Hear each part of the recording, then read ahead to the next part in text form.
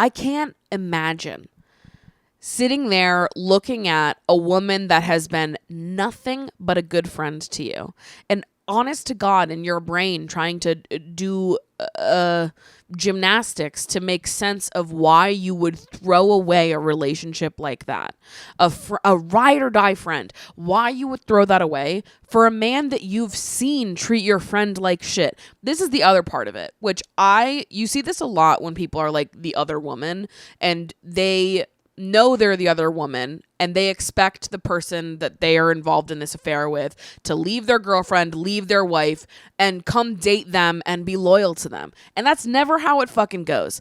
I cannot stand when people knowingly witness someone treating someone like shit and then somehow think to themselves, oh, but they wouldn't do that to me. Like, you think there's something different about you that puts you on this pedestal that's just above it. Oh, Wes would treat Sierra like that, but he wouldn't treat me like that. Dude, where are you? Pick up your phone. I'm going to a summer party tonight, and you're obviously invited, so call me back. Okay, love you. Bye.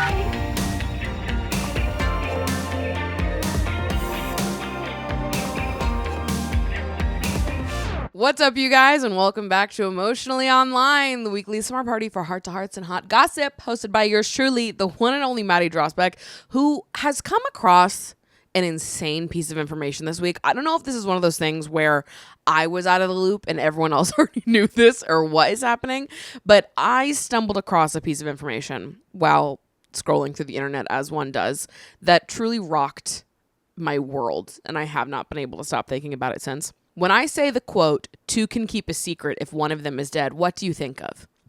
Assumably, if you're around my age, your answer is going to be Pretty Little Liars. The theme sequence of all those crazy girls, Pretty Little Liars, famously one of the best shows ever made. Perfect writing, no notes, wouldn't change a goddamn thing. I love when writers, specifically for like teen shows and movies, get into the writer's room and they just go, let's just do something crazy. You know, let's do something that no one would ever expect us to do. I don't care if it makes sense or not. Like, we're here to entertain above all else. At the end of the day, I'm always going to love a disastrous teen TV show, movie, any of it. Give it to me times 1,000. I love it. So naturally, when I, a 29-year-old woman who grew up on Pretty Little Liars, here's the quote, two can keep a secret if one of them's dead. I, in my mind's eye, am picturing Arya like, shh, in the title sequence. The fingernails just got painted pink and lowered into the casket. We've got the perfect curl coming out in the blonde hair. I was there, okay? I lived and grieved for Alison De Laurentiis many times.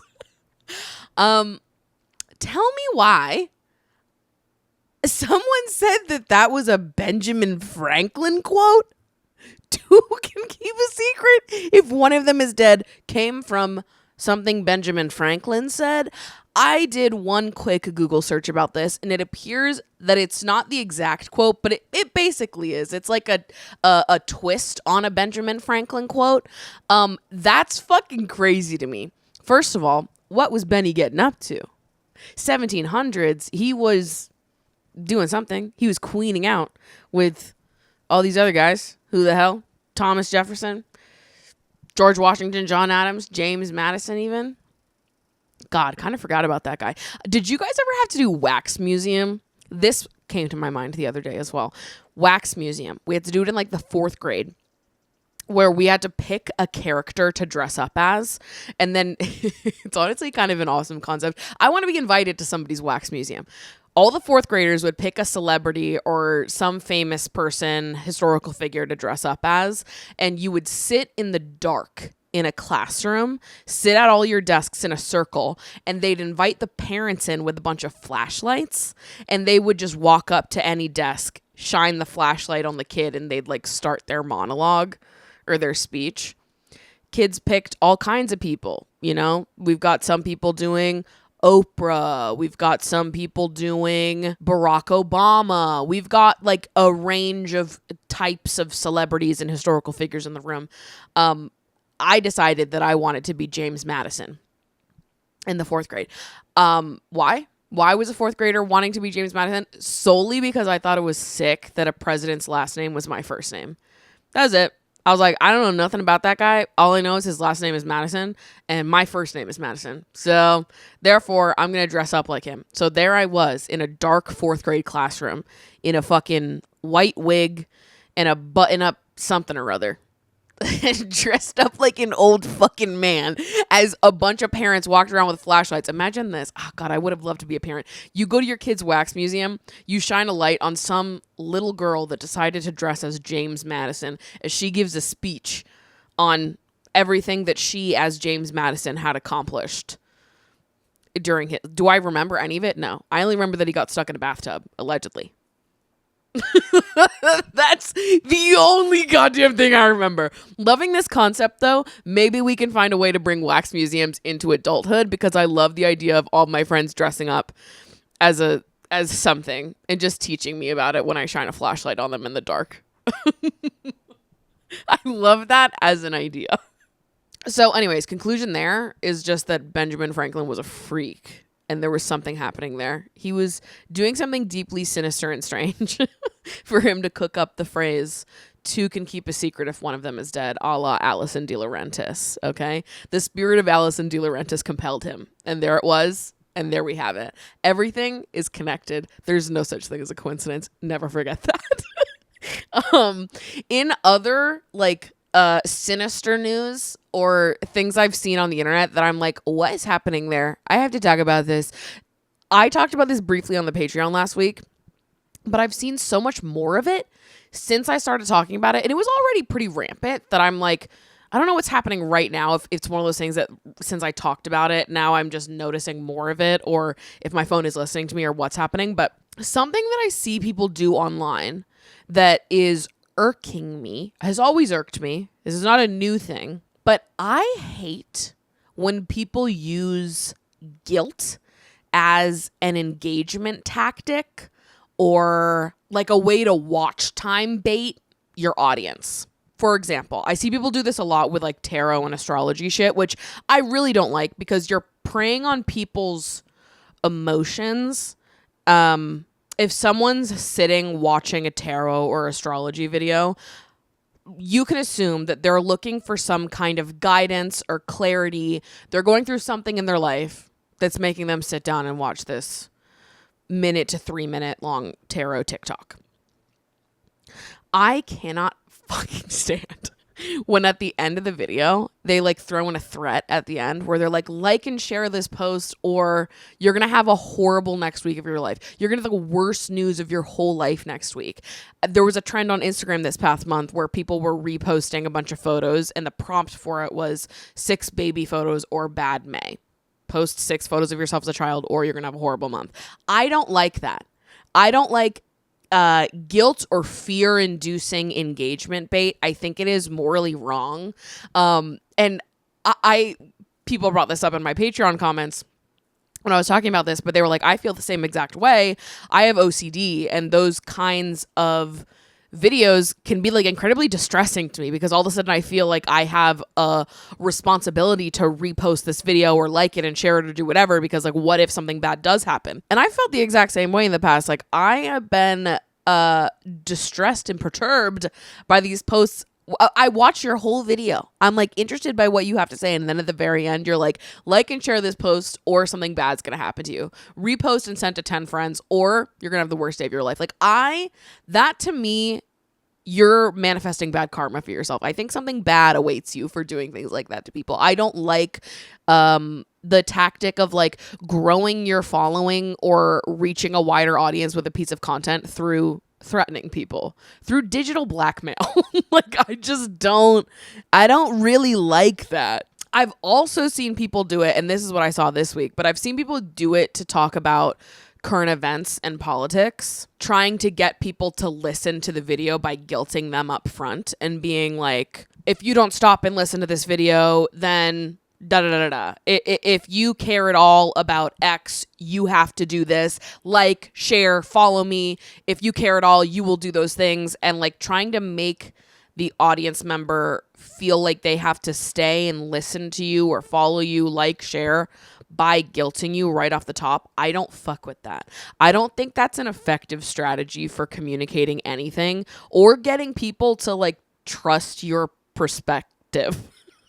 I especially don't think it's an effective strategy for getting people to engage with politics and current events. I believe that it just makes people feel like they have a moral obligation to virtue signal, which I think is not good, actually.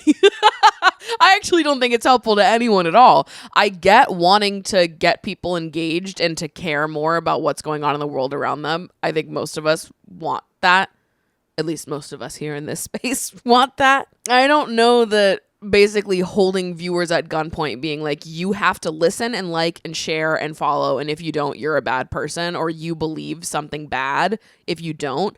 I just don't think that works. And if it does work, I don't think you're actually bringing in a curious mind or someone that is all of a sudden caring about the cause you're trying to get them to care about. I think you're bringing in someone that then leaves the video feeling like they have to do the things you told them to do and be like, okay, I checked off my boxes for the day. I'm a good person now because I did the things this person told me to, versus I actually care about the issue and I'm going to personally look into it and, you know, form my own perspective on whatever's happening. I just don't think it's helpful. I think it's really weird when people do that. The guilt of it all. I think people should want to engage with your content because they like it, not because you threatened them to or made them feel like something bad was going to happen to them if they didn't. Because that's really bizarre. And I, at this point in life, whenever I see videos like that, or like if I see, cause sometimes I'll stop and watch an astrology or tarot video on TikTok, and a lot of them end with being like and share, or you're going to have a horrible next month of your life. And I'm always like, no, you can't get me there, bitch. I rebuke that. You cannot get me. I am protected. Divinely protected and well loved. You cannot fuck with me like that. Like I'm not falling for it, bitch. I know that you are trying to spiritually fuck with me to try to guilt engagement bait me, and I am not buying it. You're not gonna get me. You thought you were gonna get me? You couldn't, bitch. I'm too smart for you. I'm too quick. I've already scrolled. I've already left. I gave you a view. I didn't even give you a like or anything else. And if I do like the video and then I realize that they are engagement baiting via guilt or fear or whatever it is, I immediately take that like back. Oh, I love taking a like back. I do it frequently. I loved the first 15 seconds and then he said something crazy and I took it back. I took it right back and said, well, if you'd like to earn that like again, you're going to have to try harder. Okay? You're going to have to keep working on that. Because you lost it. You lost me the second you threatened me as a viewer. Hello? What's happening on the internet?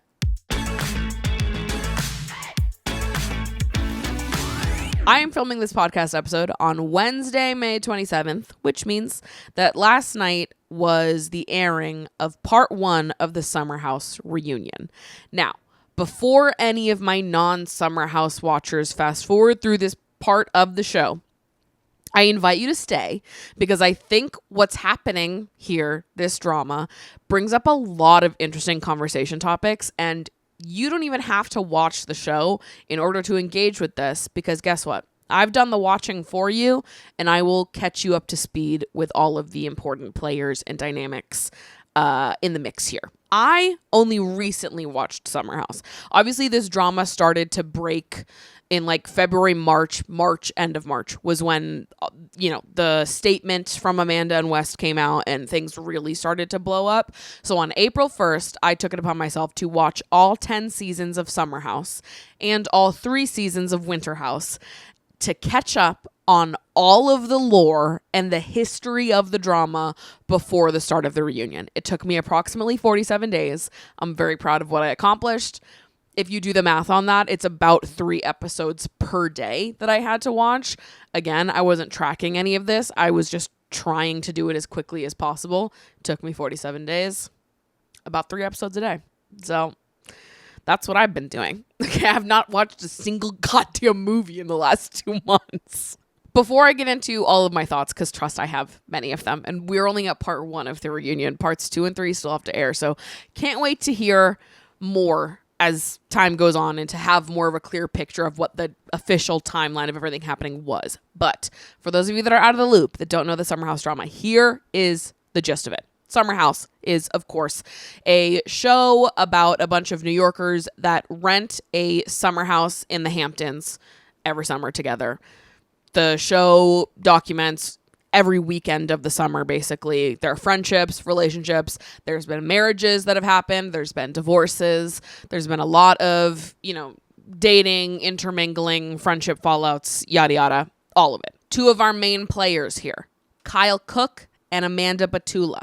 Kyle Cook is like the OG Summer House guy. He's been around since episode 1, season 1. He is kind of the face of Summer House in many ways. Amanda Batula is his now ex-wife. Season 1, she was his hookup buddy. She became his girlfriend eventually. They did get engaged and married all in the course of the show, and you also start to see the deterioration of their marriage on the show, culminating in their divorce that was announced in January of this year. So this is very fresh. Lots of things are happening in very real time. I can't believe we're only in May of 2026 and so much has happened. Meg was over here watching it with me last night because we filmed the Pumpcast on Tuesdays. And I was like, can you imagine, so much of this started around the time of my birthday and wig night out. I'm like, can you imagine the length of this relationship being from wig night out to now? And Meg and I were dying laughing because it was wig night out feels like it was 2 fucking days ago. I just can't even believe it. So we've got Kyle Cook, Amanda Batula, both longstanding members of Summer House in a long-term 10-year plus relationship between the two of them. Then we've got Sierra Miller. Sierra came into Summer House around season 5, which was COVID. So she's been on the show for the last 6 years, and Amanda is one of her best friends.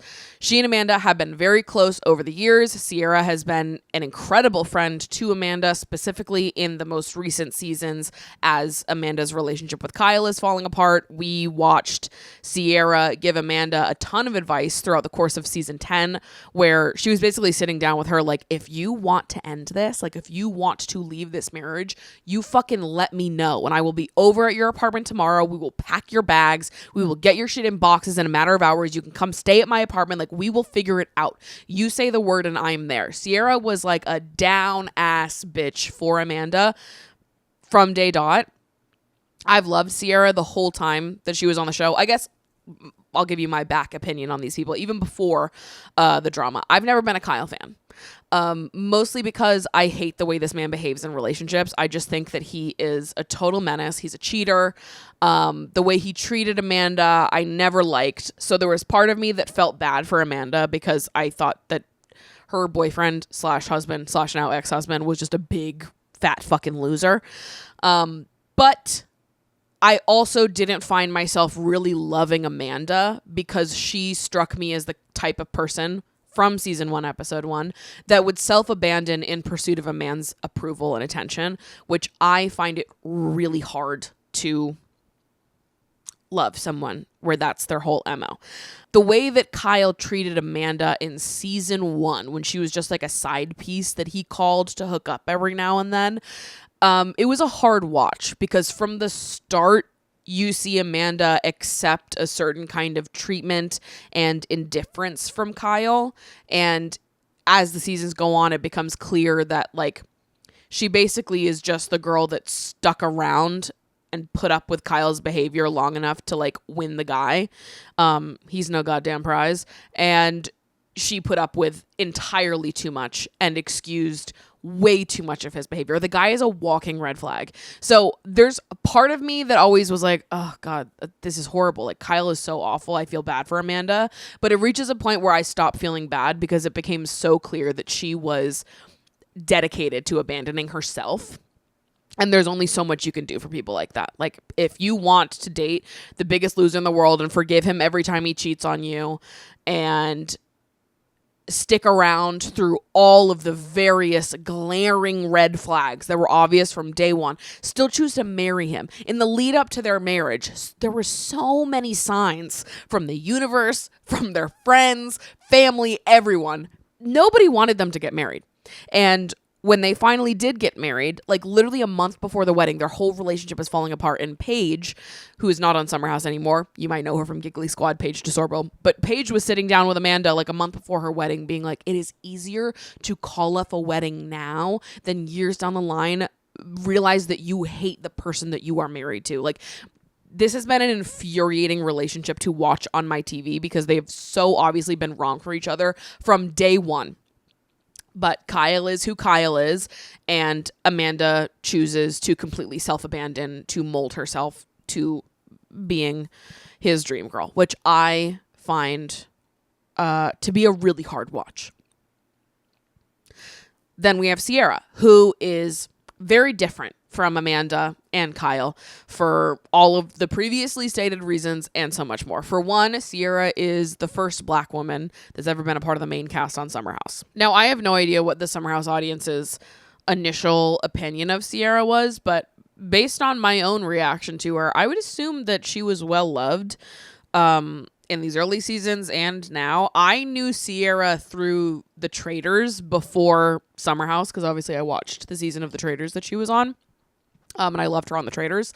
And I love her even more after watching Summer House because it's clear that she holds friendship values to be particularly high on her list of priorities in her life, which if you're a longtime listener of the show, you understand that friendship and being a good friend, being a loyal friend, being a girl's girl, if you will, is of a high value to me as well. Sierra is really that bitch in every way, shape, or form. Her and Paige were obviously my favorites throughout all of the seasons they were on together. There are so many characters in like the Bravo reality TV cinematic universe that I'm like, I love seeing these people on my screen, but I'd never want to know them in real life. Sierra Miller is actually someone who I think would be a great person to get to know in real life. She seems like a genuinely nice, loyal friend and someone that I would fuck with based on what I see from her online. So you can probably guess.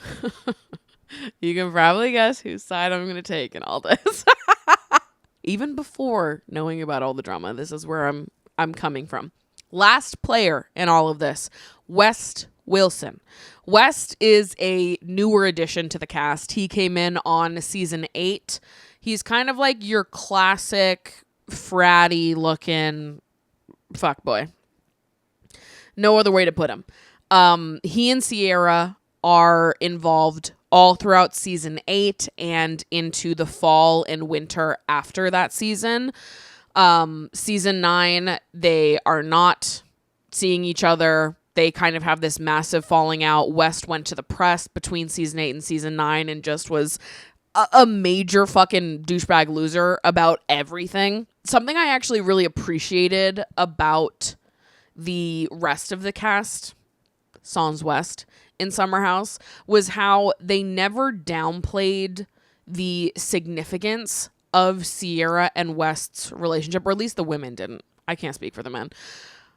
They never downplayed the significance of Sierra and West's connection, relationship, the impact that it had on her, the amount of pain that the ending of that caused her, despite the fact that it was not like a long-term, committed, serious relationship.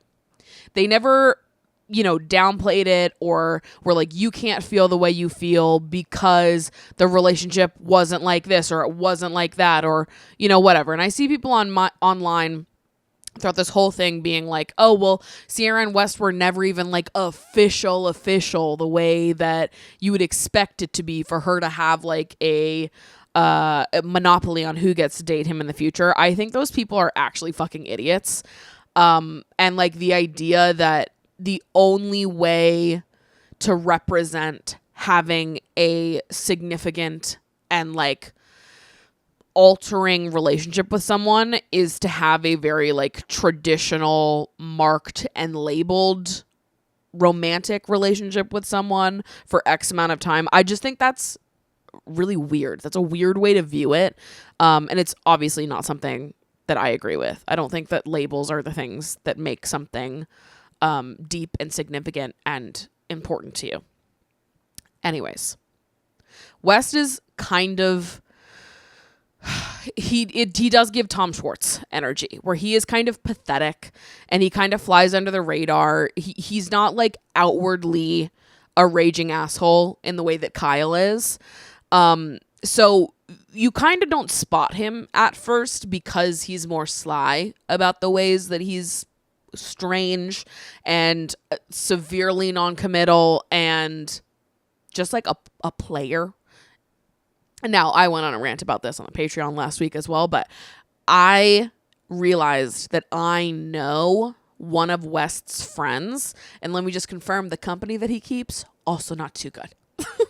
Truly the worst man I've ever met in my entire life in his inner circle. So once I put that together, I was like, holy fuck, this shit is crazy. This shit is getting crazy. This shit is getting crazy. Okay, so going back to the timeline of it all.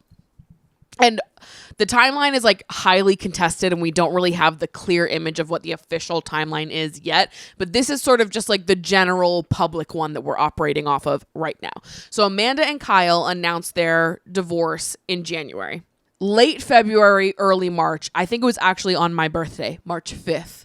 Let me just remind you all, where there started to be some major rumors online circulating that West and Amanda were spotted out together holding hands and that they may or may not have had something sneaky happening.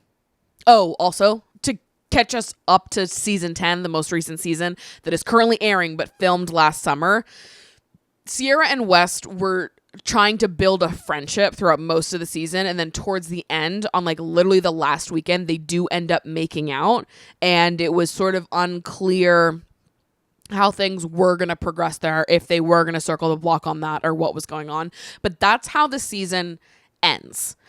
The season also ends, we're seeing sort of the end of Amanda and Kyle's relationship, and she's really struggling with that. And Sierra, again, has been a down-ass bitch for her this whole entire time. There's this one scene at the end of the season where they're all saying goodbye to the house and goodbye to each other, and Sierra and Amanda are both crying, and they hug each other, and they're just like, I love you so much. Truly just like a wonderful capture of the power and strength that you get from your female friends. And it is, it pisses me off to see where things have been taken since then. But Kyle and Amanda announced their divorce in January. These rumors start heavily circulating in February and March. Amanda's denying everything. West is denying everything. West goes on Watch What Happens Live in like mid to late March. Again, denies everything on Watch What Happens Live. And then on March 31st, West and Amanda put out a joint statement together on Instagram being like, we just want to clear the air. Like, yes, there's like a budding something developing here and yada, yada, whatever. It was insane. Go look it up. Actually, I'll read it to you right now. So again, this is Amanda and West's statement that they're putting out. Amanda is one of Sierra's best friends. West is Sierra's ex. And West and Kyle, Amanda's very recent ex-husband, are also close friends because they've all been doing Summer House together for years at this point. This is what the statement said. We've seen the growing online speculation, so while this is still very new, we wanted to provide some clarity. It was never our intention to purposefully hide anything. Given the complicated relationship dynamics involved and the scrutiny that comes with being on a reality show, we needed a little space to process things privately before speaking on it. We've shown up for each other as friends over the years through all the highs and lows, and what's developed recently was the last thing either of us expected. Our connection grew out of a genuine, long-standing friendship, which made it especially important for us to approach this with care. As our feelings evolved, we wanted to take time to understand exactly what we were feeling. We also recognized that this has had an impact beyond just us and never wanted our actions to cause any hurt or be perceived as careless. We truly appreciate the understanding and respect as we navigate this. So notice how there was no apologies there. Interesting. Just save that for later. So after they put out that statement, they start feeling like, okay, we can be more like bold and brazen about it. So they're fully out at a baseball game, like making out in the stands on camera, out and about in all of New York. Like shit is everywhere at this point. And the season 10 of Summer House is airing at the exact same time. So now that people know this is happening, people are really investigating with a fine-tooth comb all of what they're watching in Summer House, because people seem to believe that perhaps this West and Amanda connection started before they are saying it did. They are saying that no cheating was involved whatsoever. Not that that's even the main issue here. Let me be so clear. I don't necessarily think that this whole scandal is interesting because it may or may not have included cheating. I, for one, think the worst betrayal in this is the friendship betrayal between Amanda and Sierra. I'm less involved in the like potential cheating argument of all of this because I don't think that it changes the worst part of what this scandal is, which is the friendship betrayal of it all. But people are, digging through this footage being like, oh, they're very touchy-feely with each other. This seems like more than a friendship. Maybe it is, maybe it wasn't. Kyle has said that there's been rumors circulating about West and Amanda since June of last year. Sierra says that she started getting suspicious of it in January of this year. They said on the reunion stage that they did not kiss for the first time until end of February, beginning of March, after which they both continued to lie to Sierra, to Kyle, to the world publicly before putting out the statement at the end of March. They also said that they never had sex before the statement went live. Now, I personally think this is a big load of bullshit. I don't know when the timeline officially started, and again, I don't really fucking care, but what I can tell you is this. There is no giggity goddamn way that this fucking idiot, this loser, West Wilson, this non-committal fucking rando, there's no way that he's putting out a joint statement, like publicly attaching himself to a woman after exchanging just kisses. There's just no way. I don't think that that's what's happening. I don't buy it for a second. I think that they're trying to separate themselves so much from the idea that there was any overlap with Amanda's marriage with Kyle, and also from the idea that they were lying for a long period of time, because Amanda and Sierra had texted and Sierra had asked, like, is anything happening? Like, is there any truth to these rumors? And Amanda vehemently denied that. And that was in early March. That was on my birthday, I believe, is when those texts were exchanged. So my opinion, if I'm putting on my detective cap and really digging into this, I'm thinking that Amanda and West are trying to make it seem like they lied for a small amount of time and that what they were lying about was just a kiss. It wasn't a big deal. It was just like a flirty friendship and we kissed a handful of times. But if it's just a flirty friendship and you kissed a handful of times, I don't know that you're putting out a joint statement being like, neither one of us ever expected this. And now you're together, ? Or you're not, and you're just like casually seeing each other, but you're willing to blow up your whole life for this. Whatever. That's kind of neither here nor there. Now, let's talk about what I actually want to talk about, which is the friendship betrayal that's happening, which there's no timeline needed to verify how horrible this is. To me, this is the worst part of all of it. Sierra is one of your best friends. You were with Sierra through the entire relationship that she had with West. You saw how much that impacted her, how heartbroken she was over this guy.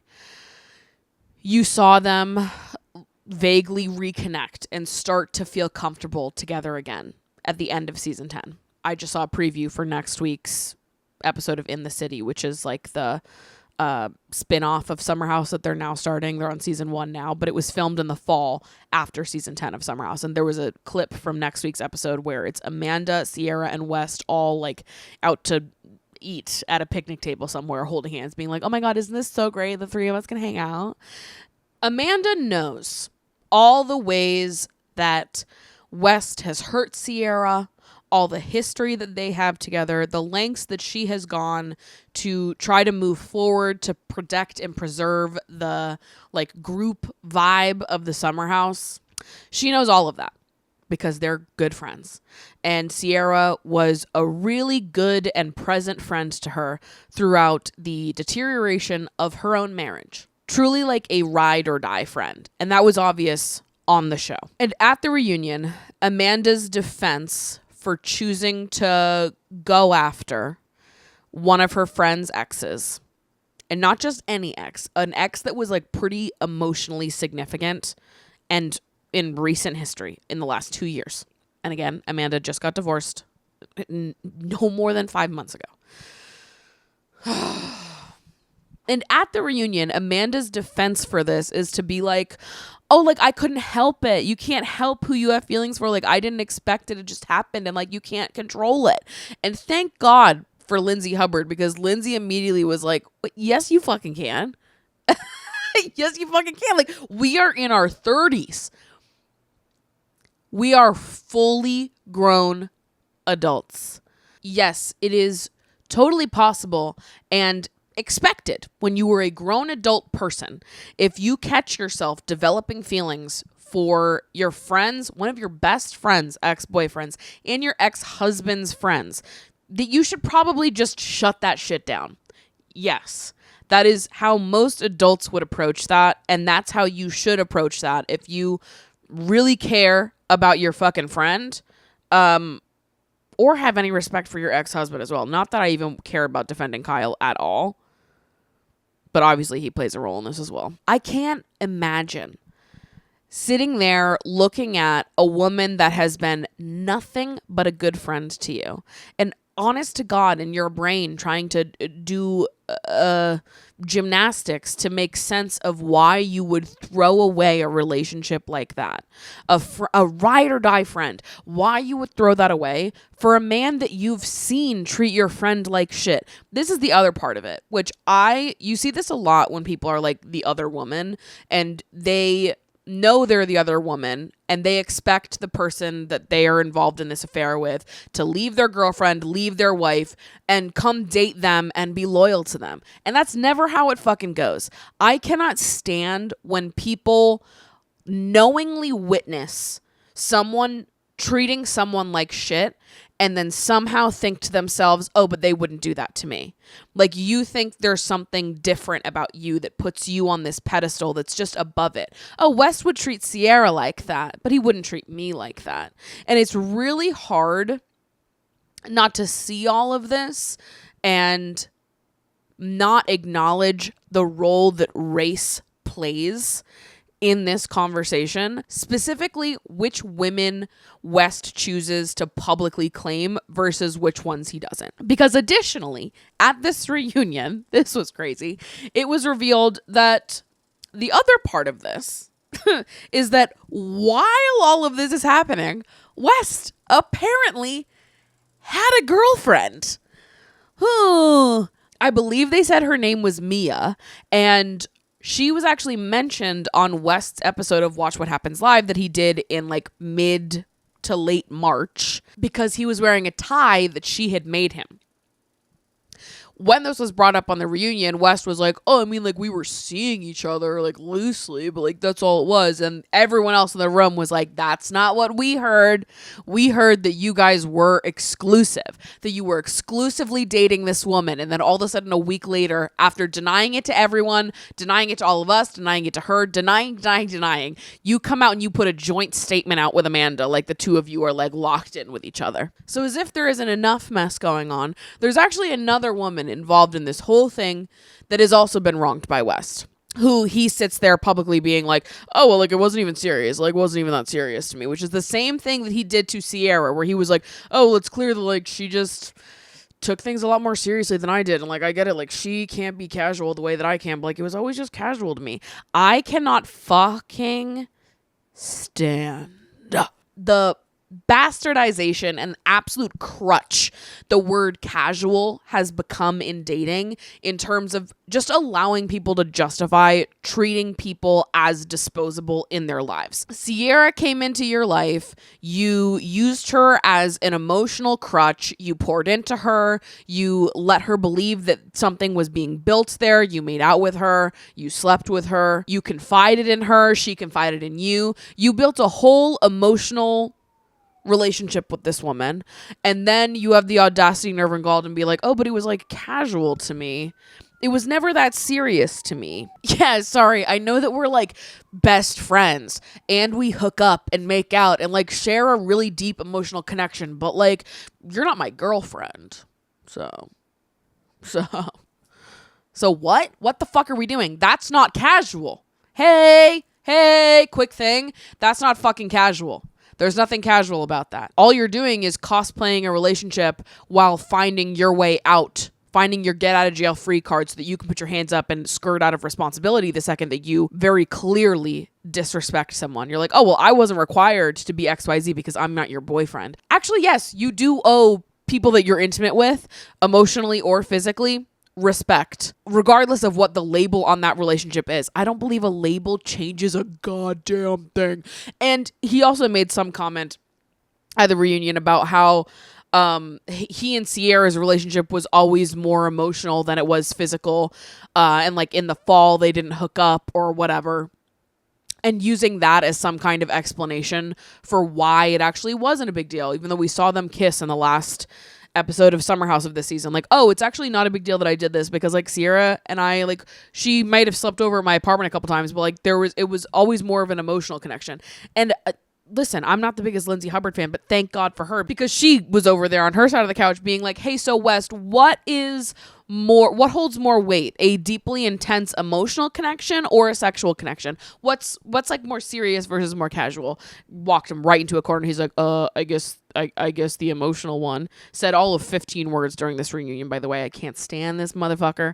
I cannot stand him. So not only was Amanda choosing to go after a man that is one of her best friend's exes and her ex-husband's good friends. There's already so many conflicts of interest here, but she wasn't even choosing to jeopardize all those relationships for commitment, for loyalty, for anything of any kind. She jeopardized all those relationships to be one of West's side bitches. And I hate to say it, but this is not shocking to me, because this is pretty much exactly what Amanda did at the beginning of her relationship with Kyle. Oh, it is a hard watch, but to me, this is almost solidified Summer House, particularly Amanda's arc on Summer House, as like a giant warning of what happens when you completely self-abandon in pursuit of male approval. I truly think you have to have a very troubling relationship with yourself to choose to give up a friend like Sierra in pursuit of a man that you could find 3 dozen of at any NYU bar in the city. And part 1 of the reunion ends with Sierra hitting Amanda with some harsh words, though I think that they were well deserved given how she's been treated. With her being like, West just needs someone who is going to be passive and meek, not even attempt to course correct him or stand up for themselves, whatever. Like, he's looking for someone to be a doormat, essentially. And Amanda seems to be exactly that. So Godspeed to them. Maybe it will work out. And I think Sierra is entitled to all of her rage. I think that she can say whatever the fuck she wants to say. I can't imagine how heartbroken she is. I am eager to hear more because it seemed clear based on the footage they showed at the reunion, particularly the phone call between Kyle, Lindsay, and all the other cast when they were filming the In the City confessionals they showed at the start of the reunion. That phone call made me seem like all of the cast knows a lot more that hasn't even been discussed yet, and I am just waiting with bated breath to get there. It just sucks to watch. I'm always going to hate seeing anyone abandon friends for a man.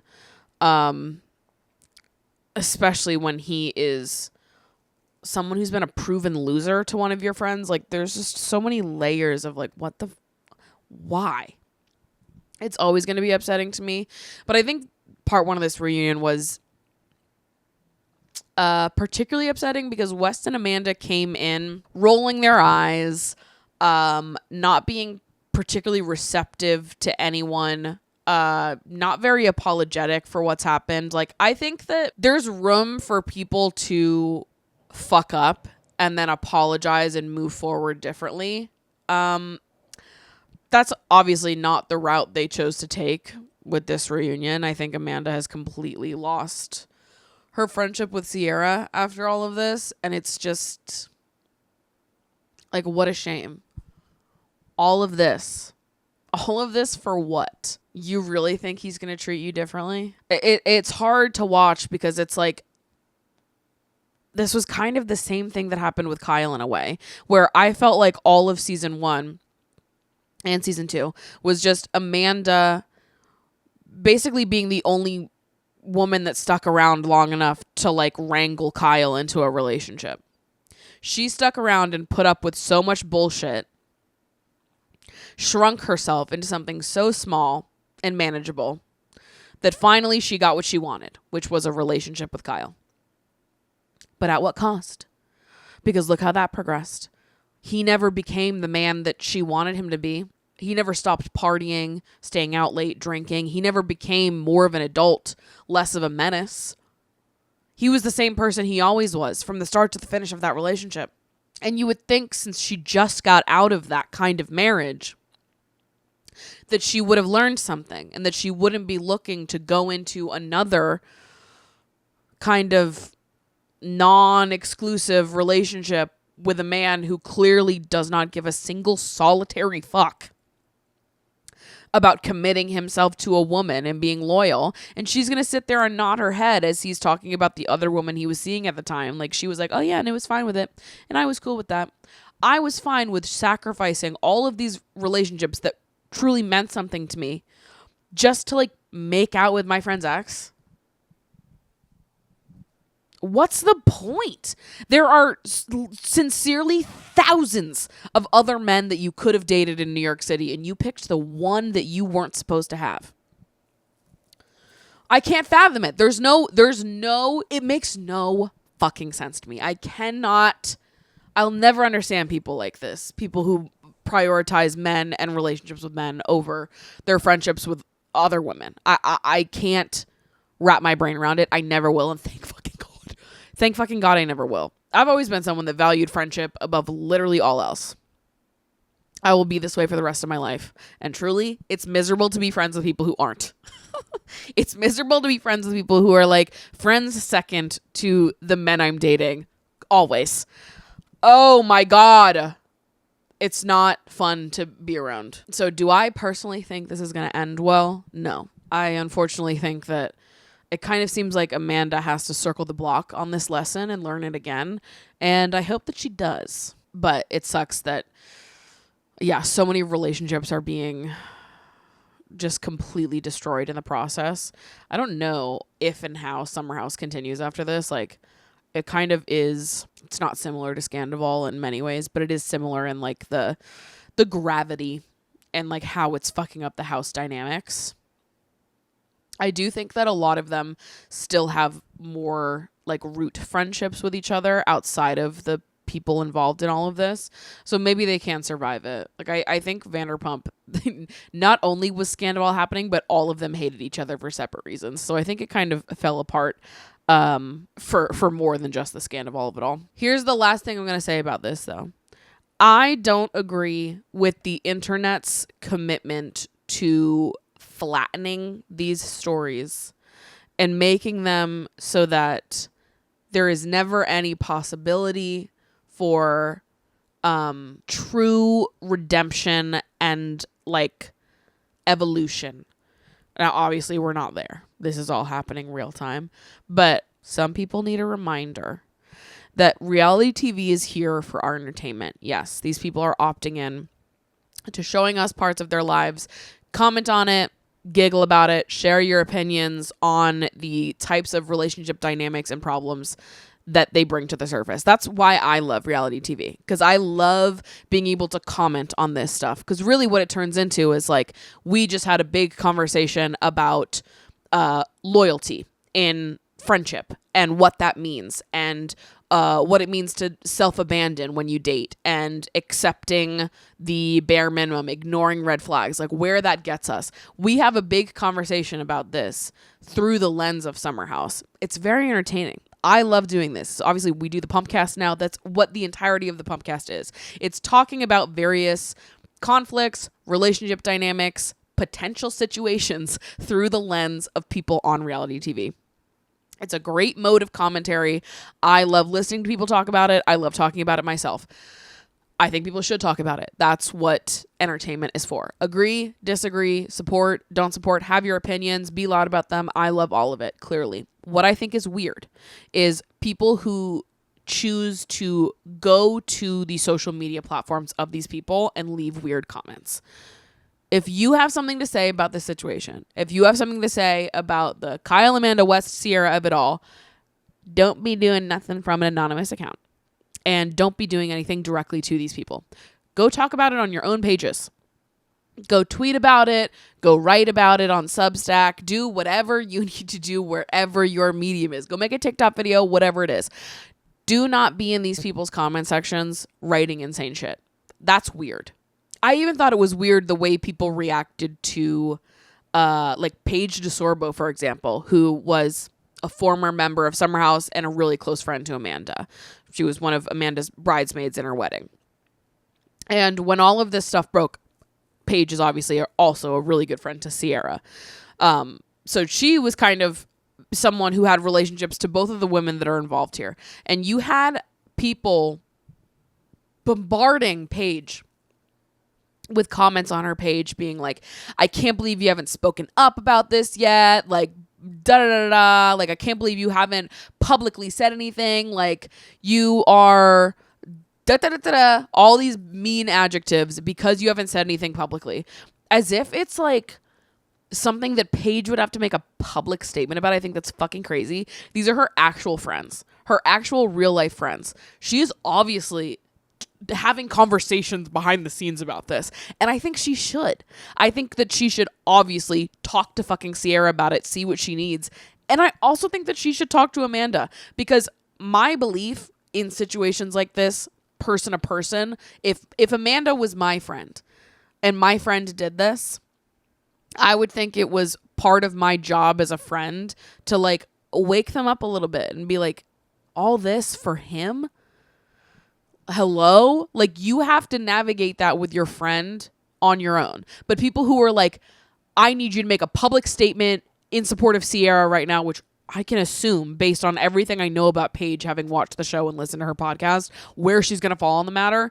I'm going to assume what's happening behind closed doors. I assume that she is staunchly in support of Sierra in all of this. But like, the idea that Paige should like block Amanda's number and never speak to her ever again, and if she does speak to her ever again, that she's going to be a bad person for it. Like, I actually think that Paige should also talk to Amanda, and if she decides that she can't move forward in the friendship, which I think would be completely fair, I think about like, if I was in a situation where I was a Paige, and on one side I have Ashley and on the other side I have another one of my best friends, and someone did Ashley super dirty, there is no universe where I would continue being friends with the person who did Ashley that wrong. No shot. But it wouldn't end without a fucking conversation. That's evil, right? And also, I believe in redemption and that people can change and be different. And I think that everyone should have the opportunity to prove that they have learned and can do better and whatever. At the end of the day, these are not situations that impact the audience. It's fun to comment on them. It's fun to get into it all and be like, oh my God, what the hell this? What the hell that? It's entertainment. And there are a lot of reality TV fans that take it way too far. They're in these people's comment sections. They're DMing them. They're on anonymous accounts. They're being fucking weird about it.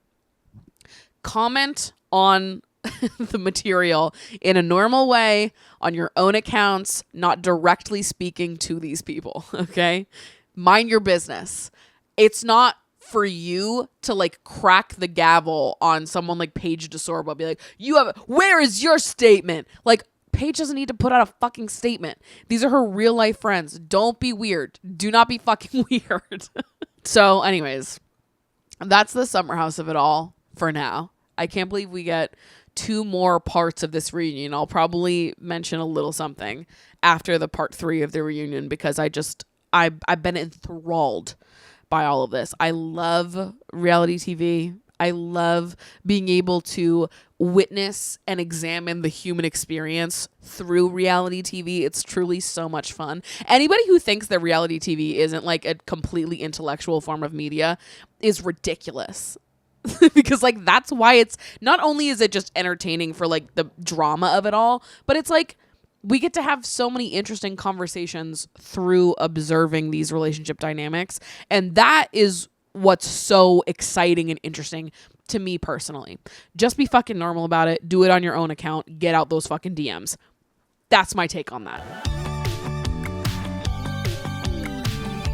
All right, let's get into some of these audience submissions. As a reminder, there is an audience submission box where you can submit any topic that's been on your heart and mind that week, requests for advice, am I the assholes, whatever perspective or thoughts that you're looking to get out of me, just put it on in that box and maybe I will read it out on the show. Hi, I'm 30 and I was seeing a man who is 57 for about 6 weeks.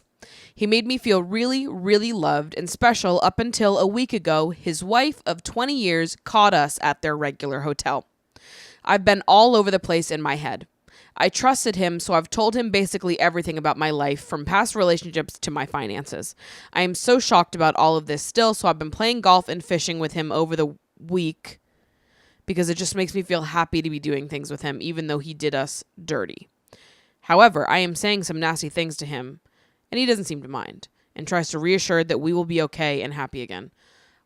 Hey, what? What the fuck am I reading? Over the weekend, I've been with my best friend, and she's telling me to stop contacting him. She's so angry at what he's done, which is fair, but I've been talking to him on Snapchat still, and showing him that I went to the nightclubs, got my nails done, and now it seems like he's changed his tone. He has lost his wife. Maybe he has to sell his house, even though her name isn't in the trust with that house. I feel like I need to be friendly so he doesn't do anything bad because he's now losing everything. All right.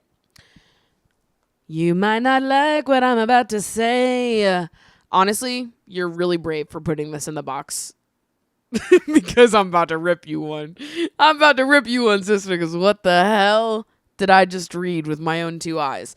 I appreciate that your best friend was like, stop contacting him, and I'm angry at what he's done. But what about what you've done?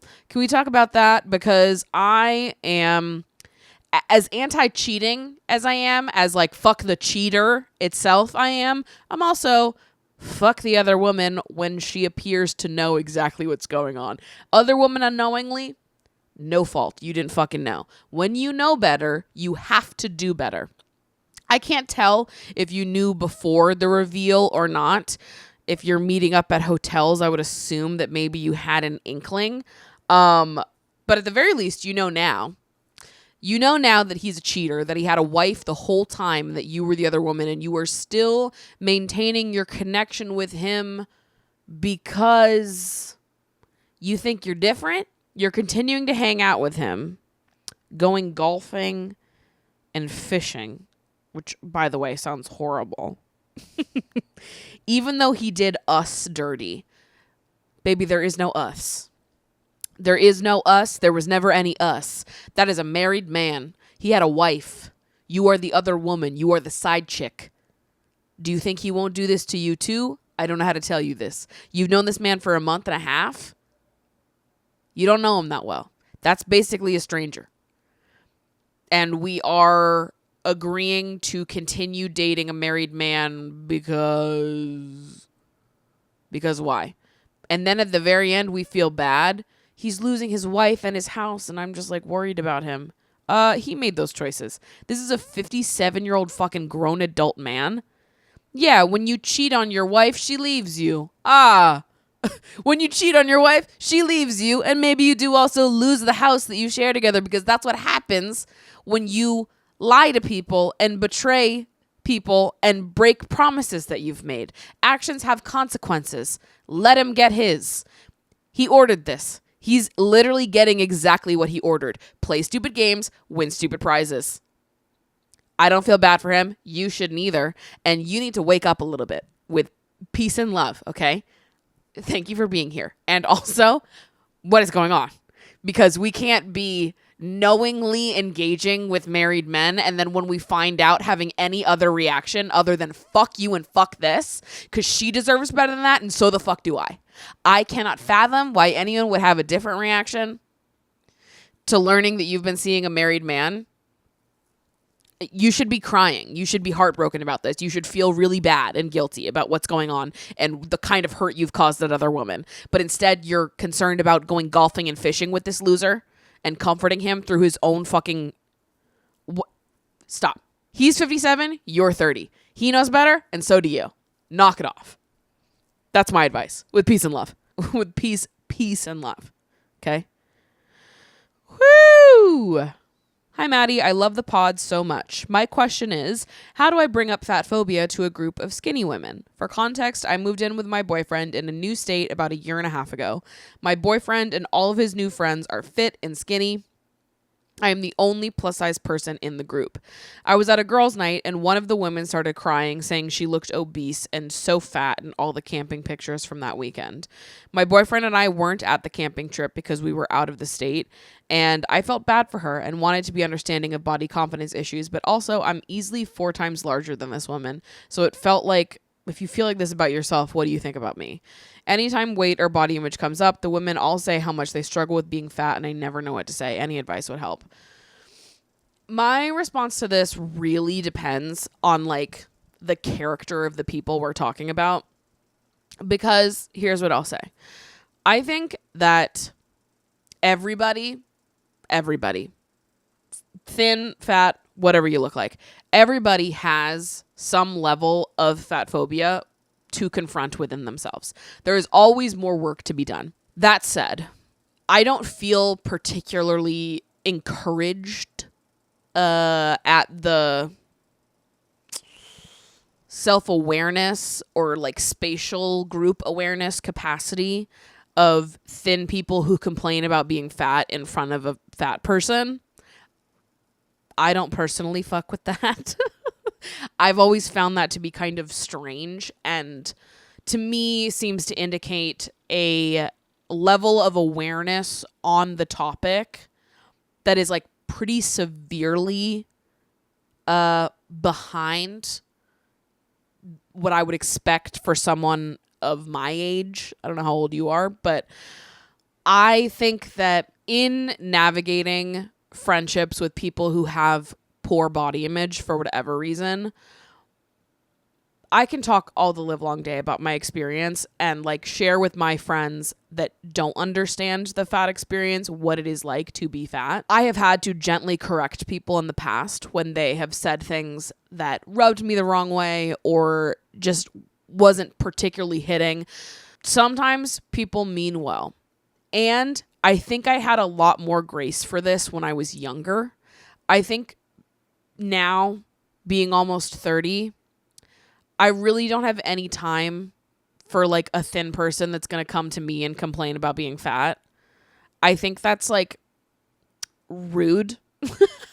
I think it's rude and like purposefully like kind of tone deaf and not really reading the room or the situation at all. Like, I don't think that I'm going to be the one to talk to you about that or to say that around.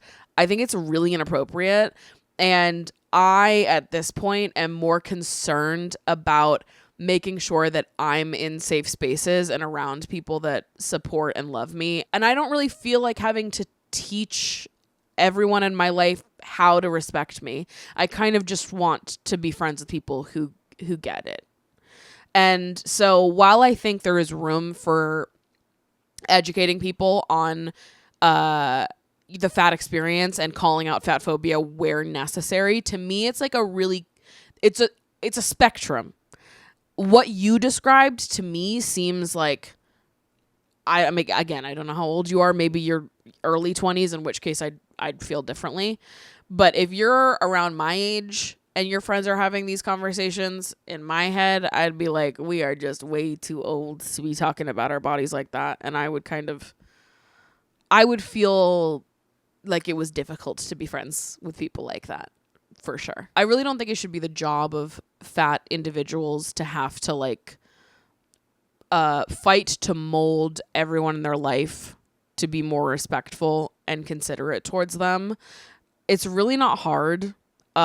This has been like such a widespread public mainstream conversation for years. I remember talking about this when I was 15 years old. So forgive me for not being as interested in the idea of, making all of my relationships perpetual having to explain myself in order to be fully seen and understood kind of thing. I just personally am over that. And I think the resources are out there. The information is out there. If someone is damn near 30 years old still choosing to live in a thin body and be like, oh, I'm so fat. Don't I look so fat and horrible? And using fat as a synonym for bad and like crying about being fat to a fat person. Like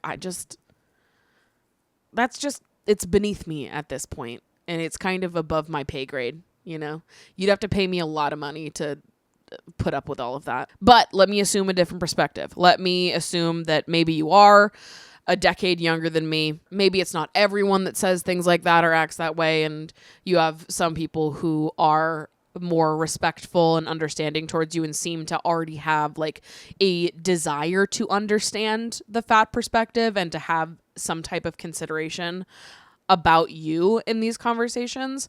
If you have people in the circle that are like that, I think it's always worth it to have conversations that expand their understanding of you. And honestly, I don't even think it's like some big scary thing. Like when I talk to my friends about my experience as a fat person, I've never thought that it was like I don't know. I guess I've never really felt like when I look at my best friends that I've had to like beg them to see me or like understand the stories I'm telling them or like the way things have affected me. I've always confided in my friends when something happens, when someone was mean to me about my body when we were younger, or even now if I read a nasty comment, or if it's totally disconnected from other people, it's just a thought or reflection I'm having inside my own head, something I'm grappling with in therapy. Like I'm sure it's not lost on the audience here that I'm a pretty open book and I'll talk about anything. And so I confide in my friends about all these things. So it was never a point of being like, oh, well, we've never talked about body image with each other. I've never talked about my more vulnerable moments with body image with these people. It's like they've seen me at every more challenging moment I've ever had with my body image. I've never gone through anything alone. I've always had friends to confide in and support me. So they've seen me at every single one of those moments, in all of my reflections, the things that people have said to me, the ways I've been treated. Like my friends have seen all of it. And I think a lot of my friends' ability to meet me with so much grace and also to not show up and be fatphobic themselves is because they've like bore witness to my life over, decades of time at this point. And so ultimately my advice at the end of the day is like, just share your life with people. Share in your experiences. Be vulnerable. I don't think you necessarily have to have a sit-down conversation where you're like, this is fatphobia 101 for all my skinny friends. It's more about like letting people into your experience and how your experience in your body impacts the perspective you have on body image and like the world at large. Yes, I've been talking about body image on the internet for the last 16 years. You can imagine how much my friends have heard me talk about body image offline. Like this is not only a topic I'm passionate about on the internet. It's also something I think about all the time offline and have discussed with my friends since I was a teenager. And I think it's just helpful when you treat it less like some big scary thing that like you're scared to bring up. And more just like a part of your lived experience that you're allowed to bring up at any given time, because that's part of you and part of your life, and your friends should want to understand you better and be a better friend to you, better support to you in whatever way they can and whatever that looks like. But yeah, I do think it really depends on like the level of fatphobic language we're talking here, because in general, I'm not like encouraging fat people to go hang out with people who are fat phobes and like try to make them not fat phobic. You know, usually I'm like, that's not a battle I want you to fight. I just want you to like feel totally embraced and loved and supported by the people that love you. And yeah, I don't know that hanging out with a bunch of thin people who are adults that complain about being so fat and obese in front of a fat person is it. I don't know if it's it for me personally, but there's a spectrum to these things, and only you know the exact dynamic of your friend group. So take everything that I've said with a grain of salt. I'm going to throw it on over to the post show on Patreon if you'd like to keep these good vibes going. Obviously, the Patreon is the number one way to support the growth of this podcast and all of the creative endeavors that we're trying to do over here. So if you like this show, if you like the Pumpcast, if you want to support, please join the Patreon. Be sure to follow the podcast at Emotionally Online Pod on both Instagram and TikTok. You can follow me at Maddie Drosbeck. And with that, I will see you for next week's sleepover. Friday, same time. Okay? Sound good? See you there.